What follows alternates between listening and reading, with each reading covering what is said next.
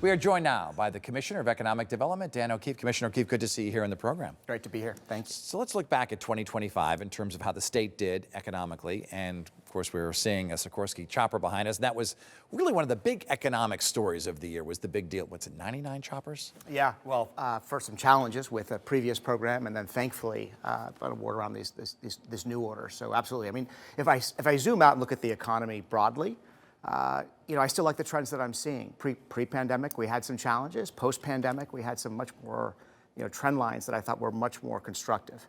We saw our economy expand. So last federal data, we were the 9th fastest growing economy in the country. So still see a lot of economic expansion. A lot of that was led by manufacturing in support of our national defense. So Sikorsky is a great example of that.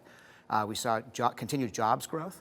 More recent trend lines around jobs have weakened. I'm watching that very closely, a little worried about that, but I think that's driven by a lot of the uncertainty in the market right now. But overall, very happy with the trends I'm seeing. I hope I'm recalling your numbers correctly, but I believe you said when this deal was announced, the Sikorsky deal, that 42 local companies will also be taking part, sort of the trickle-down effect? I mean, it's 12% of our economy, but it's not just our large national defense primes. It is all the supply chain companies underneath them. And I like being positioned against that. I mean, if it were basic manufacturing, I'd be a little bit more worried about it. But advanced manufacturing in support of our national defense, particularly with the prioritization of onshoring and reshoring of those supply chains, it's been a really good thing for our economy. Let's look ahead to 2026. What kind of things do you expect the state to be pursuing in terms of new business and in terms of current business growing? Yeah, I mean, we're already pursuing it, right? So I describe our strategy as defense and offense. Defense is a pun, obviously. It's to continue to support our national defense companies and those supply chains I just mentioned. And then offense is really investing in some of these next generation technologies as they apply to our core industries. So if I go down the line and look at manufacturing and finance and insurance and healthcare and biotech, we've announced a series of programs, including Quantum CT, which is about the application of quantum in the areas of drug discovery. We've announced innovation clusters, which is also focused on AI and quantum as it applies to our core industries. That is really our offense strategy, going after some of these new technologies and how they apply to our core industries. What kind of effort is the state making to perhaps recruit some businesses from New York City because of the election of the new mayor there? Yeah. I was talking to Governor Lamont about this earlier in the year, and he said that there were some companies already reaching out to move. Yeah, we've seen companies have shown interest, and actually individuals have shown interest. I don't want to comment on someone else's politics, but they're kind of doing me some favors as someone who leads economic development. Massachusetts did the same thing. Polite way of putting it, yeah. Millionaire's tax. I'll take all the favors I can get. But I just focus on the positive. Connecticut is a place where we've had incredible stability.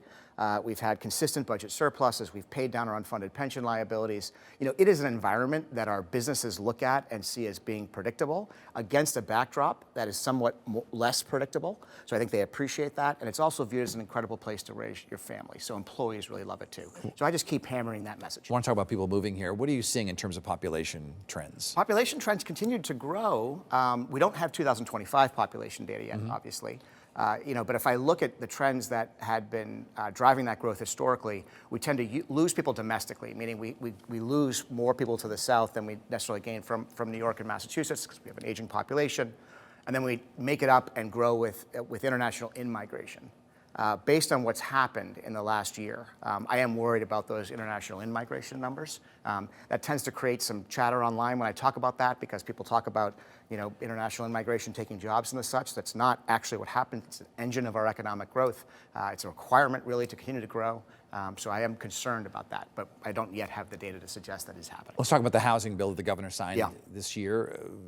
Where do you see that impacting the economy in terms of where you see the most construction? Yeah, I mean, housing has continued to be a real challenge. You can't wave your magic wand and just say produce housing. The governor has made historic investments in housing, including affordable housing, workforce housing, but the market really dictates the pace at which we see housing growth. Prior to the rate environment changing, we were seeing a very significant reacceleration. In fact, net new housing starts have been relatively flat, growing, but relatively flat, so not accelerating.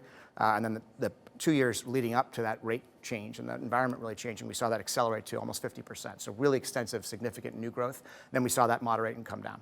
The housing bill is really a requirement, I think, to send the message that Connecticut is a great place to place housing, and frankly, put the power in our municipalities and say, we are going to rely upon you to make local decisions. The governor really believes that we need to do that in partnership with our local leadership. That's exactly what the bill is intended to do. You're sitting down and chatting with the CEOs and the business leaders across the state. I know that we always get complaints from some of the mayors, particularly in Hartford. Aruna Narayanan would like to see some of these companies and the state bring remote workers back. Yeah. That's his goal for 2026. Is it the state's goal as well?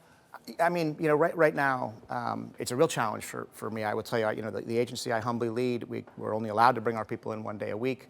1 day a week they work. 1 day a week. No, that's not 1 day they work. They're working every day. So they come in 1 day a week. But we're physically in person on 1 day a week, and that's per the rules that have been put in place.